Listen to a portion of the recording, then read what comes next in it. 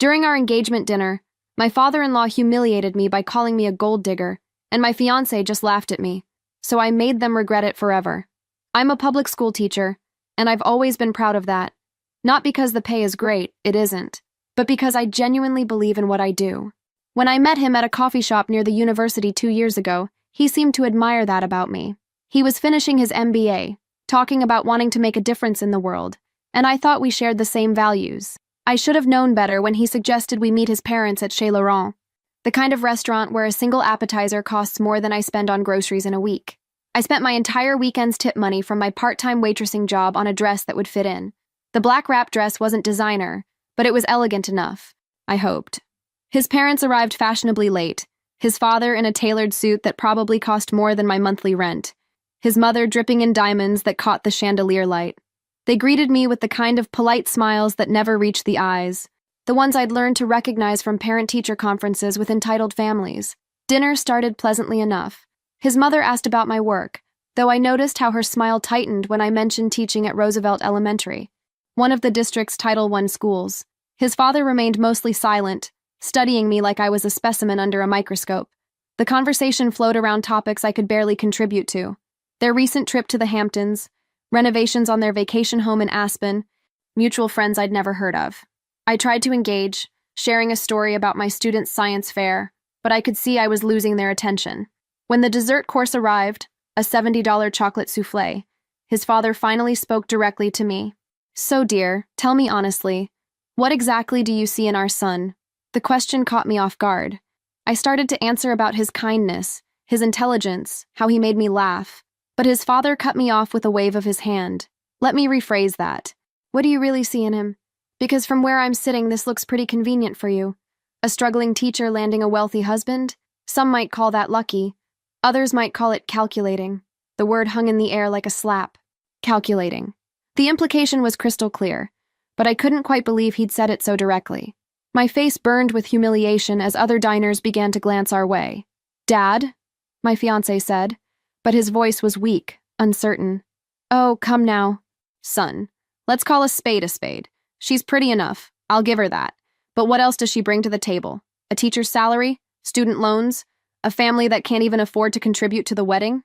Each word was a calculated strike. He'd clearly done his research, knew exactly how to wound me. My hands trembled as I set down my fork, the soufflé untouched. "I think there's been a misunderstanding," I managed to say, my voice surprisingly steady. "I never asked for anything from your family. I pay my own bills, and I was planning to pay for half our wedding." His father laughed, a cold sound that made my skin crawl. How noble! And what exactly would half a wedding be from someone making $35,000 a year? A pizza party in a school gymnasium? That's when I looked at my fiancé, expecting him to finally speak up, to defend me, to show some backbone. Instead, he was staring at his plate, his face red with embarrassment, not for me, but for the scene I was supposedly causing. And then he laughed, a nervous, uncomfortable chuckle that somehow hurt worse than his father's cruelty. He was choosing their approval over my dignity, and he didn't even have the courage to do it intentionally.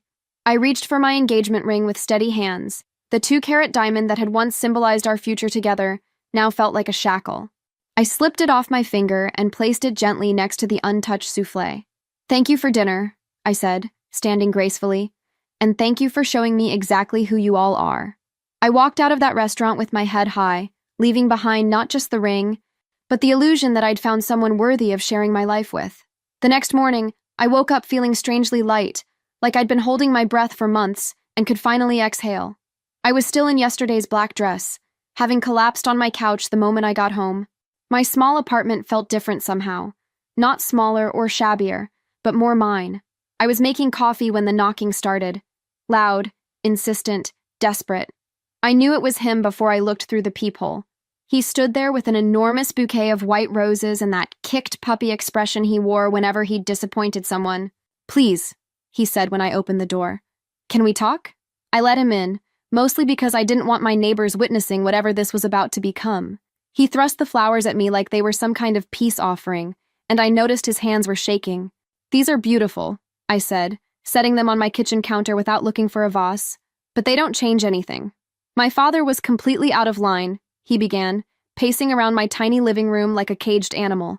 He had no right to say those things. He doesn't understand us, doesn't understand what we have.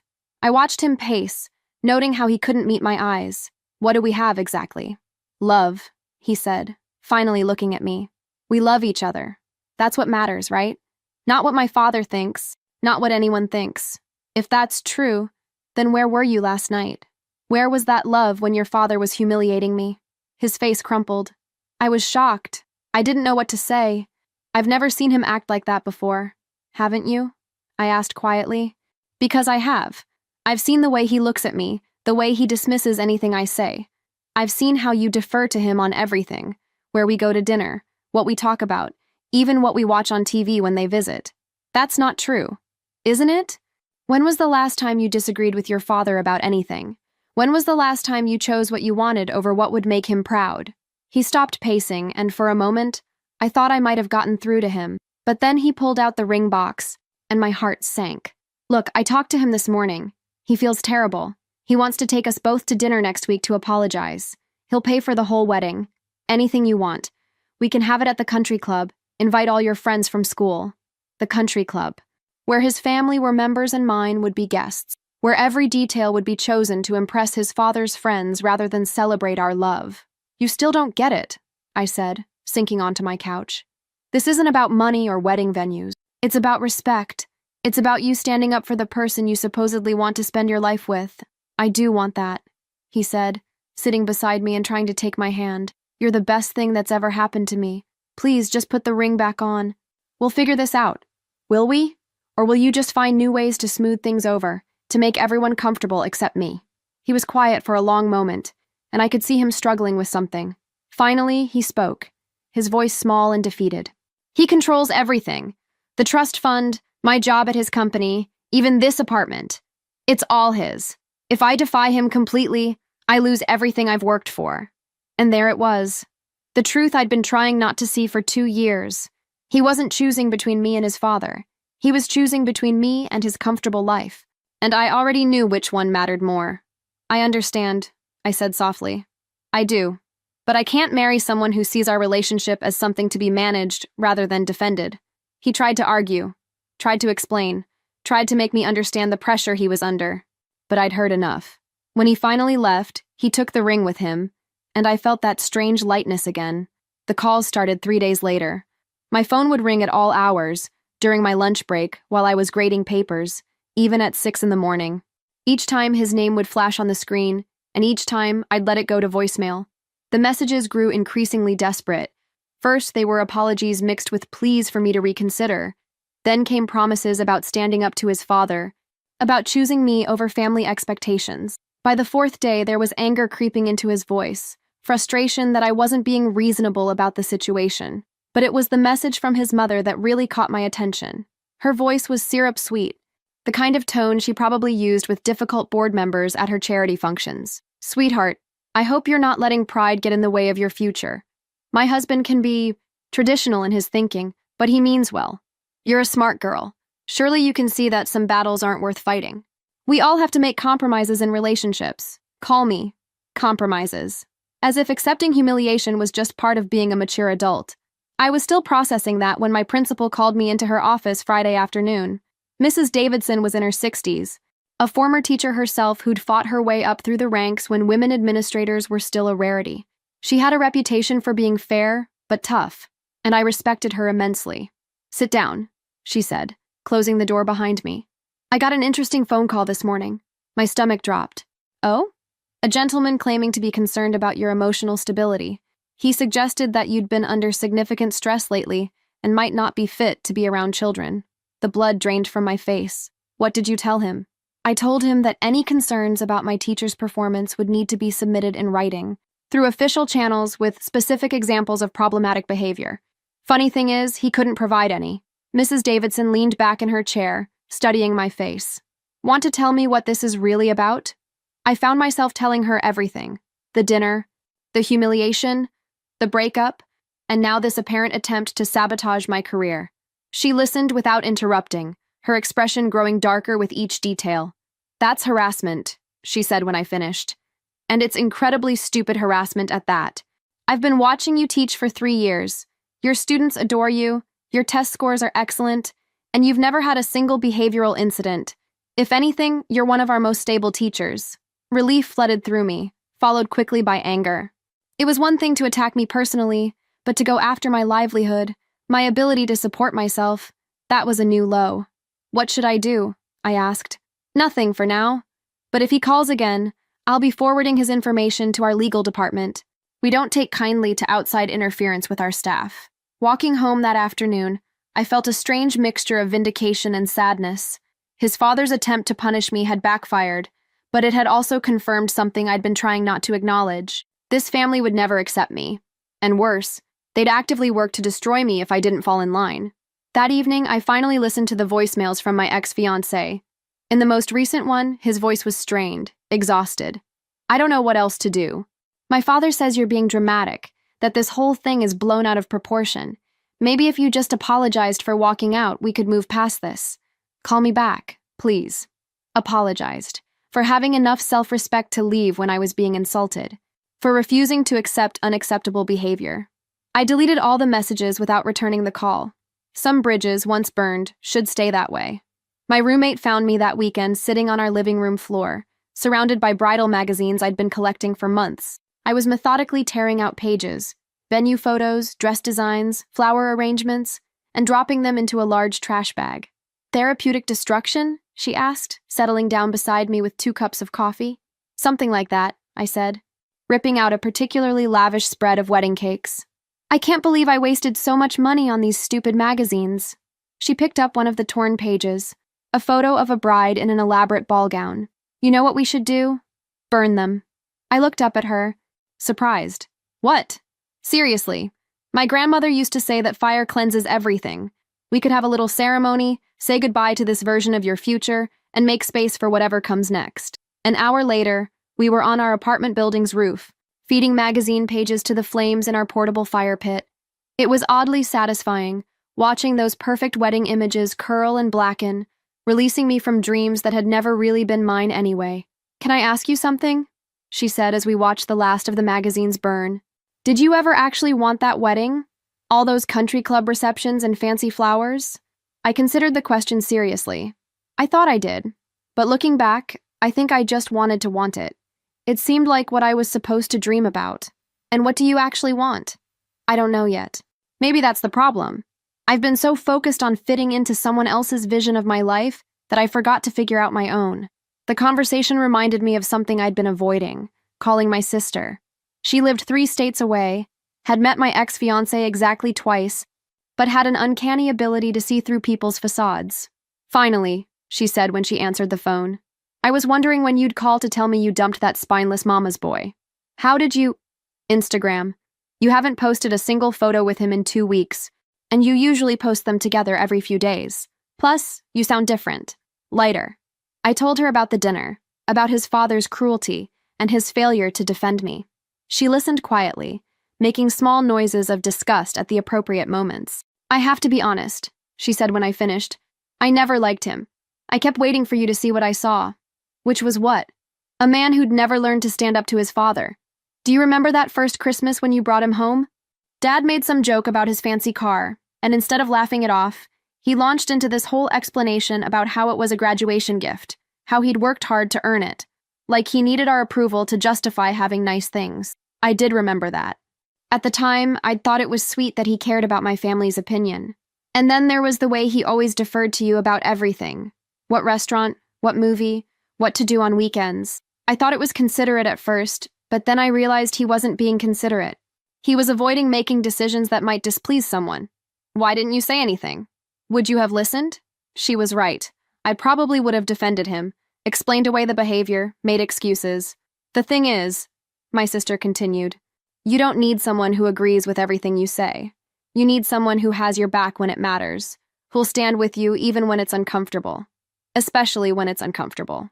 After we hung up, I sat in my quiet apartment, really looking at it for the first time in months. The books on my shelves, chosen because I loved them, not because they'd impress anyone.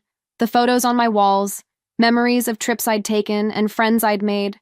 The little succulent garden on my windowsill that I'd started because I enjoyed taking care of something green and growing. This was my life. Small maybe, by some people's standards, but entirely mine. And for the first time in 2 years, that felt like enough. 2 weeks of blissful silence ended when I opened my laptop after school and saw his name in my inbox. The subject line read, "We need to discuss this rationally." I should have deleted it without reading it. Instead, I clicked it open and immediately wished I hadn't. "I've given you time to cool off and think about this situation more clearly. I understand you were upset about dinner with my parents, but your reaction was completely disproportionate to what actually happened.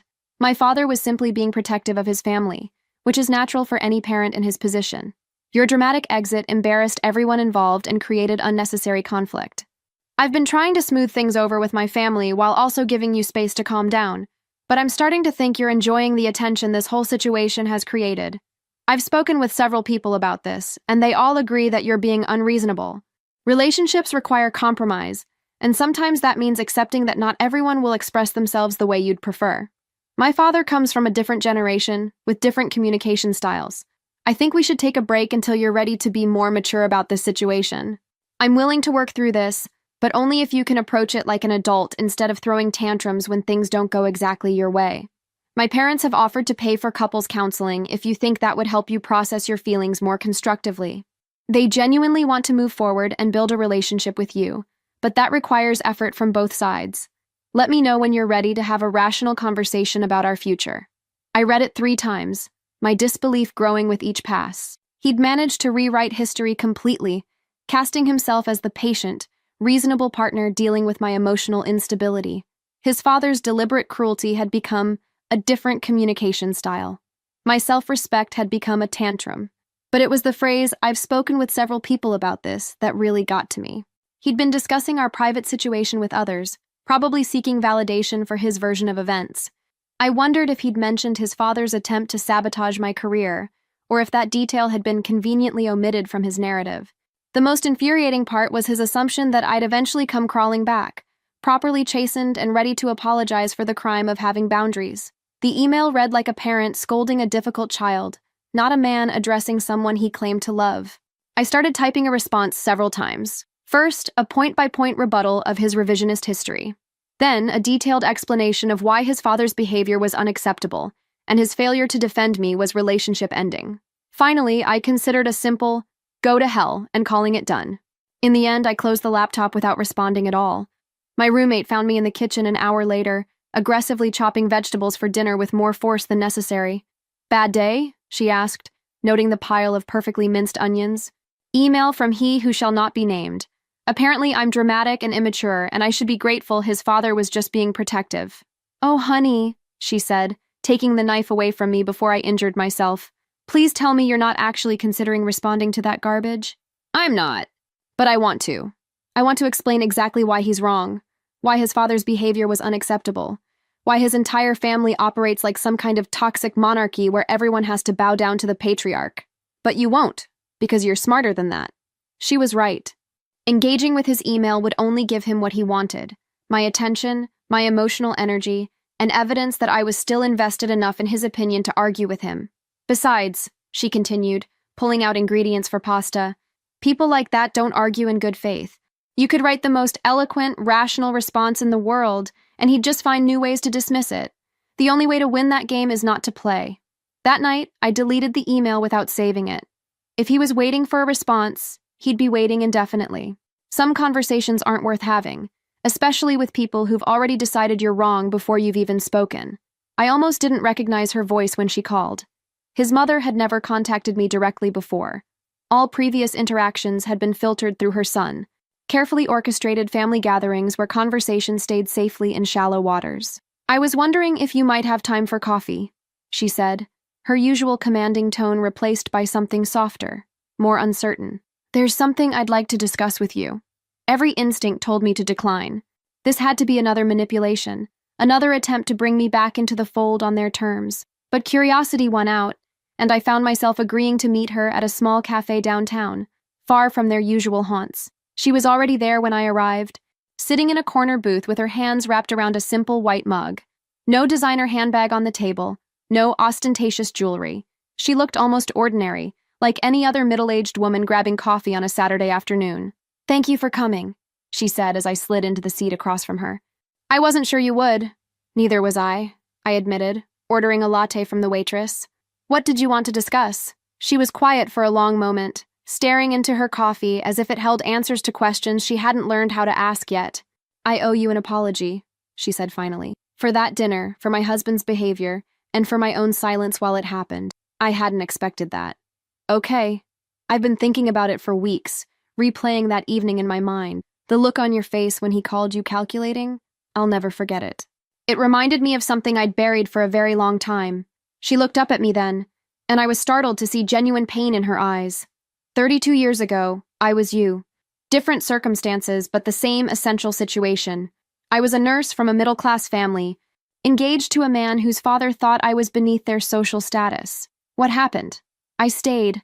I accepted the humiliation, convinced myself it was just one bad evening, that love would conquer all the class differences and family disapproval. I married him anyway. She paused, taking a shaky sip of her coffee.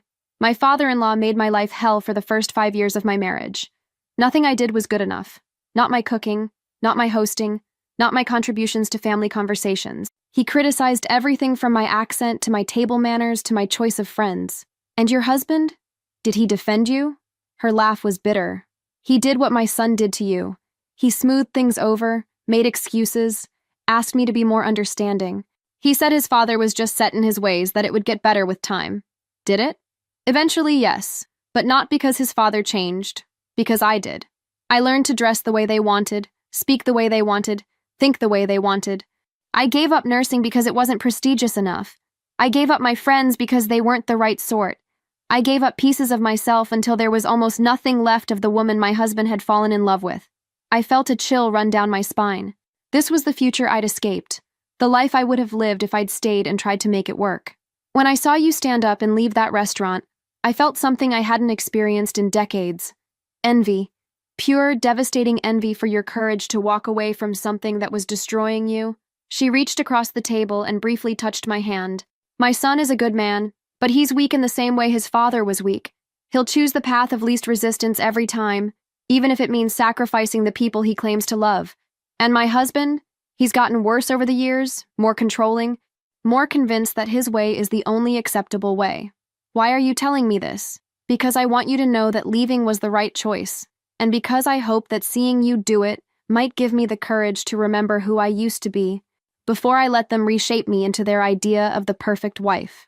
We sat in comfortable silence for a while, two women from different generations who'd faced the same impossible choice. She'd chosen security and acceptance, and I'd chosen dignity and uncertainty. I hope you find your way back to yourself, I said as we prepared to leave. I hope you never lose yourself in the first place, she replied. You're stronger than I ever was.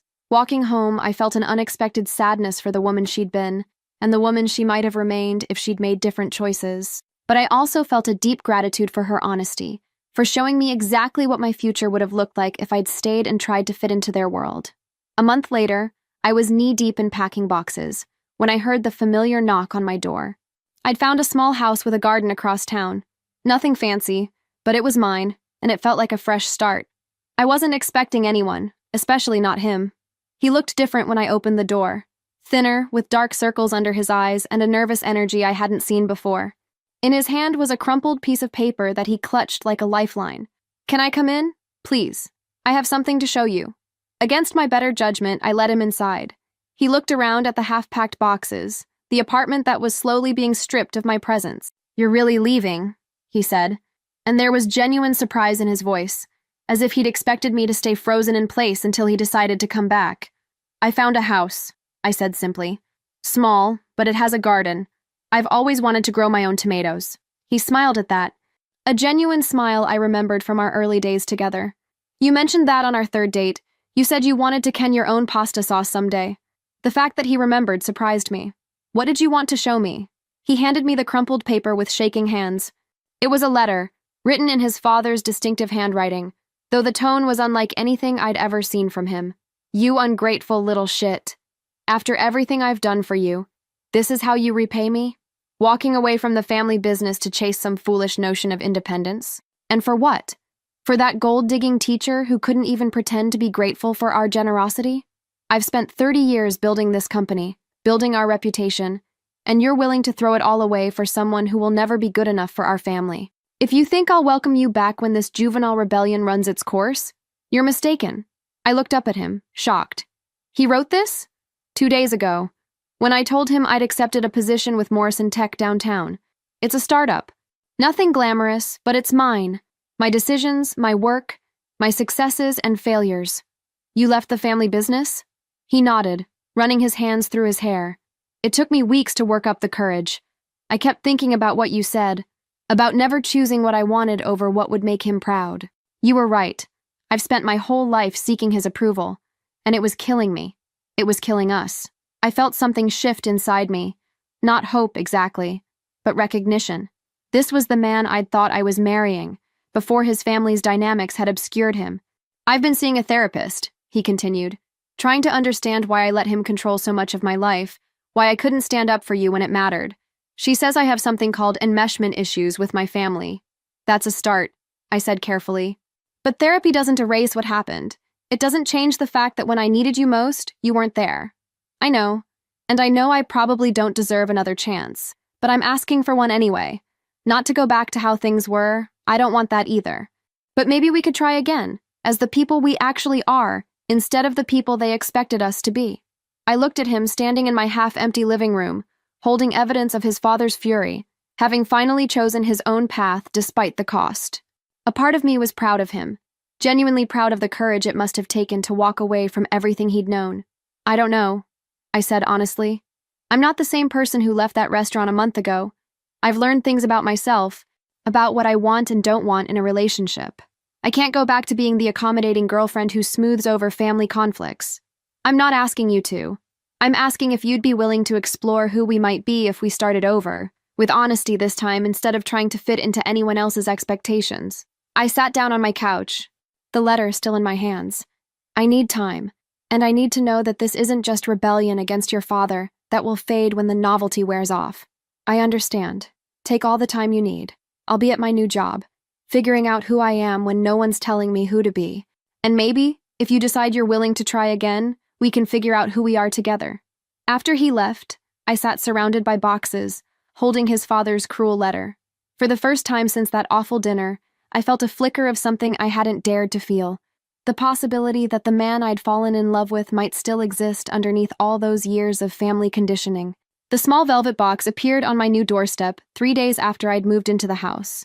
No note, no explanation, just my name written in elegant script on the attached card. Inside was the most beautiful ring I'd ever seen. Not large or flashy, but undeniably precious.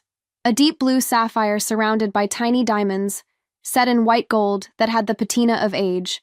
It was clearly vintage, clearly valuable, and clearly not from him. My phone rang as I was still staring at it. Do you like it? His mother's voice was softer than I'd ever heard it. It's beautiful, but I can't accept this. It's too much. It belonged to my grandmother, she said. She left it to me when I was about your age, newly married, and trying to find my place in a family that didn't understand me. I sank onto my new couch, the ring box still open in my lap. Why are you giving it to me? Because my husband always hated it. Said it wasn't impressive enough, not flashy enough to represent our family's status. He wanted me to have it reset with a larger stone, something that would make more of a statement at social events. But you didn't. No. It was the only thing I kept that was truly mine, a connection to the woman I'd been before I married into their world. I've worn it exactly 3 times in 32 years, always when my husband wasn't around to disapprove. I could hear her voice catching slightly, and I realized this conversation was as emotional for her as it was unexpected for me. I want you to have it because you did what I never could. You walked away when staying would have cost you yourself. And because, she paused, struggling with the words, because I've started painting again. Painting? I was an art student when I met my husband. I gave it up after we married. He said it was a hobby, not serious enough for someone in our position. But watching you choose yourself over security made me remember who I used to be. I slipped the ring onto my right hand. It fit perfectly, as if it had been waiting for me. I've enrolled in classes at the community college, she continued. Nothing dramatic, just watercolors twice a week. But it feels like coming back to life. What does your husband think? He doesn't know yet. I'm not ready for that battle. But having something that's entirely mine again, it's terrifying and wonderful. After we hung up, I sat in my new living room, surrounded by unpacked boxes and holding my hand up to catch the light through the sapphire. It wasn't an engagement ring or a promise of forever. It was something better. It was a reminder that sometimes the most valuable gifts come from unexpected sources, and that solidarity between women can bridge even the widest gaps. I spent the rest of the afternoon arranging furniture and hanging pictures, making decisions based entirely on what I liked, rather than what would impress visitors or fit someone else's aesthetic. The house was small, but every corner felt like me. The reading nook by the window where morning light would be perfect for grading papers. The kitchen with enough counter space for serious cooking experiments. The back door that opened onto a yard where I could finally plant that garden. When evening came, I stood on my back porch wearing the sapphire ring and looking out at the space that would soon hold tomatoes and herbs and whatever else I decided to grow. For the first time in years, my future felt entirely my own, full of possibilities I got to choose. 3 months into what we cautiously called trying again, I learned that rebuilding trust is like growing a garden. It requires patience, consistent care, and the acceptance that some things might not take root no matter how much you want them to. We met twice a week for coffee, never at my house, never at his apartment. Neutral territory felt safer somehow, as if the weight of our history might crush these tentative new conversations before they had a chance to grow into something real. He told me about his new job, how strange it felt to make decisions without checking with his father first, how the other developers respected his ideas simply because they were good ideas, not because of his family name. I told him about my garden, how satisfying it was to watch things grow from seeds I'd planted with my own hands. The sessions with the couples therapist were harder. Dr. Martinez had a way of asking questions that stripped away all the careful politeness we'd developed, forcing us to examine the infected wounds we'd been trying to ignore. "Tell me about trust," she said during our 6th session. "What does it mean to each of you, and where do you think it broke down?" "I need to know that when someone attacks me, he'll defend me," I said, looking directly at him. "Not smooth things over afterward. Not make excuses for why it happened, but stand up in the moment when it matters. And I need to know that she won't give up on us the moment things get difficult," he replied. "That she'll give me a chance to do better instead of just walking away." "But walking away wasn't giving up," Dr. Martinez observed. "It was self-preservation. Can you see the difference?" That session ended with both of us in tears, finally acknowledging that my leaving hadn't been abandonment, it had been survival. His father, predictably, had not taken his defection well. The calls started friendly enough, offers to discuss this misunderstanding, invitations to family dinners where they could work things out. When those failed, the tone shifted to anger, then disappointment, then calculated cruelty designed to make him question his choices. "He's cutting me out of the will," he told me one afternoon, stirring his coffee absently. "Made a point of having his lawyer call to inform me officially. How do you feel about that?" Relieved, mostly. Guilty about feeling relieved, but relieved nonetheless. I spent so many years living according to what would protect that inheritance, making choices based on what he wanted, rather than what I wanted. "Do you regret it? Giving up the security?" He considered the question seriously. "I regret how long it took me to realize that security bought with your soul isn't security at all. It's just a comfortable prison." But even as we worked through these revelations together, I could feel something fundamental had shifted between us. The easy intimacy we'd once shared felt forced now, like we were both trying to recapture something that had been irreparably damaged. During our physical moments, the careful kisses, the tentative hand-holding, I found myself analyzing his responses rather than feeling them. When he laughed at my jokes, I wondered if he was performing happiness. When he agreed with my opinions, I questioned whether it was genuine or just conflict avoidance. "I don't trust my own judgment anymore," I confessed to my roommate one evening. "I can't tell if I'm being unfairly suspicious or if my instincts are trying to protect me from making the same mistake twice." "Maybe both," she said gently. "Maybe you need more time. Or maybe some things just can't be unbroken." The realization hit me gradually, like watching a plant slowly wither despite all your careful attention. We could have meaningful conversations, work through our issues in therapy, even build a friendship based on mutual respect and understanding. But the deep, instinctive trust that makes love feel safe, that was gone, and no amount of effort seemed capable of bringing it back. I found myself holding back, keeping parts of myself in reserve, always maintaining an escape route, and he seemed to sense it, trying harder and harder to prove his reliability, which only made everything feel more performative and less genuine. The sapphire ring on my finger had become a daily reminder that sometimes the kindest thing you can do for someone is acknowledge when something beautiful has reached its end. I cooked dinner for him on a Tuesday evening in late September, the first time he'd been to my house since I'd moved in. I made his favorite pasta dish, the one I'd learned from his Italian grandmother's recipe during happier times, and set the table with the good dishes I'd bought for myself, not for entertaining others. We ate quietly, making small talk about work and the weather, both of us sensing that something significant was happening without being quite ready to name it. He complimented the meal, helped clear the dishes, and settled onto my couch as if we were any ordinary couple spending a pleasant evening together. But we weren't ordinary, and we weren't really a couple anymore, despite our best efforts to pretend otherwise. "This isn't working," I said finally, the words falling into the silence like stones into still water. He didn't ask what I meant. He didn't try to argue or convince me I was wrong. He just nodded slowly, his shoulders sagging with what looked like relief mixed with sadness. "I know," he said quietly. "I've known for weeks, but I didn't want to admit it. We're trying so hard to rebuild something that we're both exhausted. And what we're building, it doesn't feel like us anymore. It feels like a performance of what we think a healthy relationship should look like." He leaned forward, elbows on his knees, staring at his hands. "I love you. I need you to know that. What I felt for you was real. What I still feel is real. I know. I love you too. But love isn't always enough, is it? Sometimes love means recognizing when you've broken something beyond repair." We sat in silence for a long time, both of us crying quietly for the future we'd planned and the people we'd been when we'd believed in it. There was no anger now, no blame or recrimination, just the deep sadness of two people acknowledging a painful truth. "I think I needed to lose you to learn how to stand up for myself," he said eventually. "And maybe you needed to leave to learn that you're strong enough to choose yourself over security. We became different people through this. Better people maybe, but not people who fit together anymore." "I keep thinking about parallel lines," he said, wiping his eyes with the back of his hand. "They're perfectly straight, perfectly themselves, but they never intersect. They can run alongside each other forever, but they never actually meet." It was a beautiful metaphor and painfully accurate. We'd both grown and changed, but we'd grown in directions that led away from each other, rather than toward a common future. "What happens now?" he asked. "Now we say goodbye properly, with dignity and kindness and respect for what we shared. We don't try to stay friends right away. We need space to grieve this and move forward. But maybe someday we can look back on this and be grateful for what we taught each other." He nodded, standing slowly and gathering his jacket. At the door, he turned back to me, and for a moment he looked like the young man I'd met in that coffee shop 2 years ago, full of potential and dreams.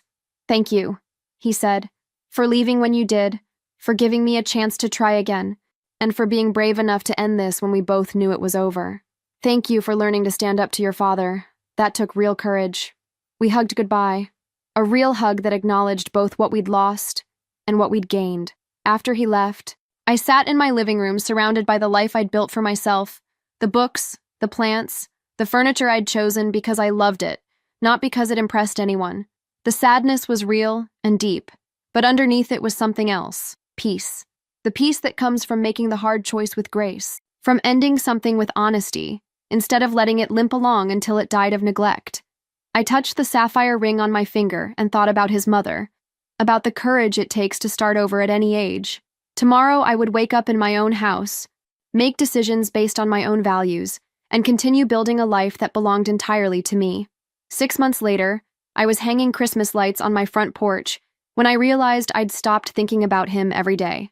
The house had become fully mine now, filled with the scents of cinnamon and fresh pine, the walls decorated with my students' artwork and photos from weekend trips I'd taken alone. The promotion had come as a surprise. When Mrs. Davidson called me into her office in October, I'd expected another routine check-in, not an offer to become the school's new curriculum coordinator. The position came with a significant salary increase and the chance to influence educational policy across the district. "You've shown remarkable resilience this year," she'd said, signing the paperwork that would change my financial situation dramatically. "And your innovative teaching methods have caught the attention of the State Education Board. We need someone with your vision and backbone in leadership." I'd used the money I'd saved for wedding expenses as a down payment on the house, but the promotion meant I could finally breathe financially. No more weekend waitressing shifts, no more choosing between groceries and gas. For the first time in my adult life, I had genuine economic security that belonged to me alone. The dating had started slowly.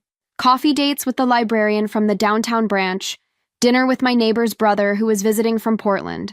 Nothing serious, nothing that demanded commitment, just the gentle rediscovery of my own romantic preferences without the weight of anyone else's expectations. I'd learned that I actually enjoyed making decisions: where to eat, what movie to watch, how to spend Sunday afternoons. During my relationship, I'd deferred so often that I'd forgotten I had opinions about these things. My garden had exceeded every expectation. The tomatoes had produced enough fruit for me to can sauce and give jars to neighbors. The herb garden provided fresh basil and rosemary for cooking experiments that sometimes succeeded brilliantly and sometimes failed spectacularly, but were always entirely my choice. The friendship with his mother had developed into something genuine and surprising. She'd invited me to her first art show in 30 years, a small exhibition at the community center featuring her watercolor landscapes. I'd watched her beam with pride as strangers admired her work, finally receiving recognition for talents that had been dismissed for decades. "I filed for separation last month," she'd told me over coffee after the show. "It's terrifying and liberating and long overdue. How are you managing?" "Better than I expected. I have my grandmother's jewelry, some savings I'd kept separate, and a small inheritance from my aunt that I never touched. It's not luxury, but it's enough to start over." Seeing her courage had made my own choices feel less dramatic and more like simple self-respect. I ran into him at the coffee shop where we'd first met, both of us reaching for the same holiday blend at the same moment. The recognition was instant but not painful, more like encountering an old friend from a different chapter of your life. "You look happy," he said, and meant it.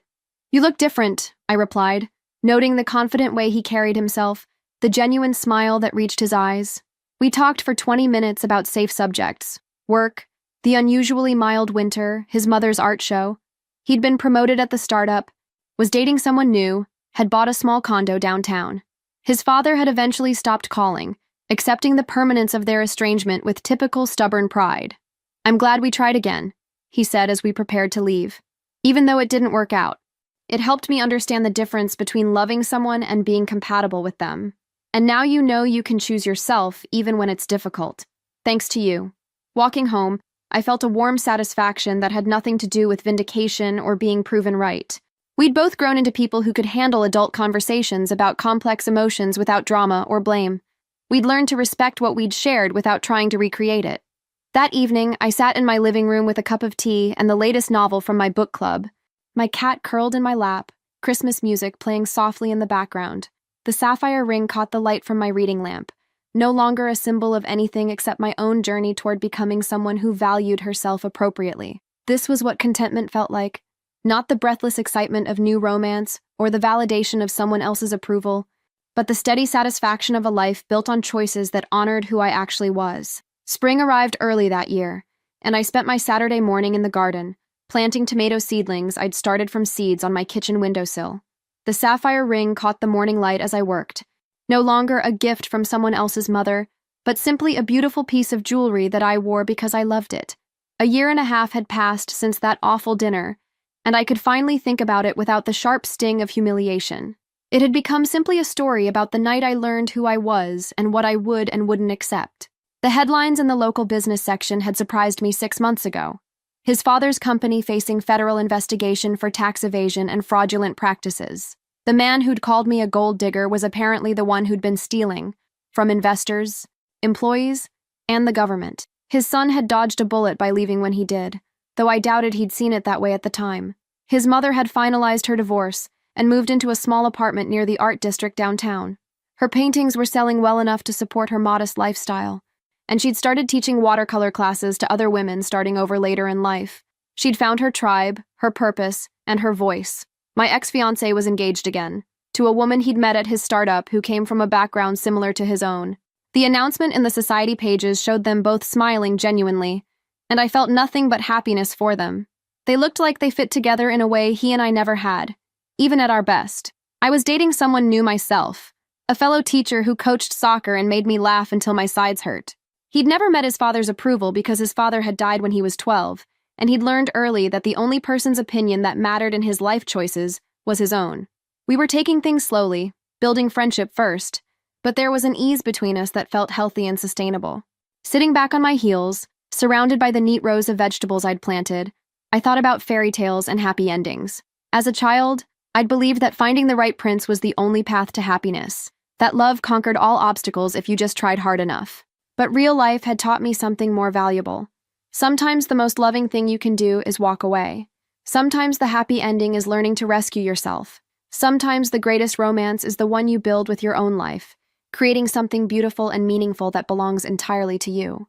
The house around me hummed with the sounds of a life fully lived, the dishwasher running, my cat purring on the windowsill, music drifting from the radio in the kitchen. This was my castle, built not on someone else's foundation, but on the solid ground of my own choices and values. I no longer kept the sapphire ring as a reminder of strength I needed to find.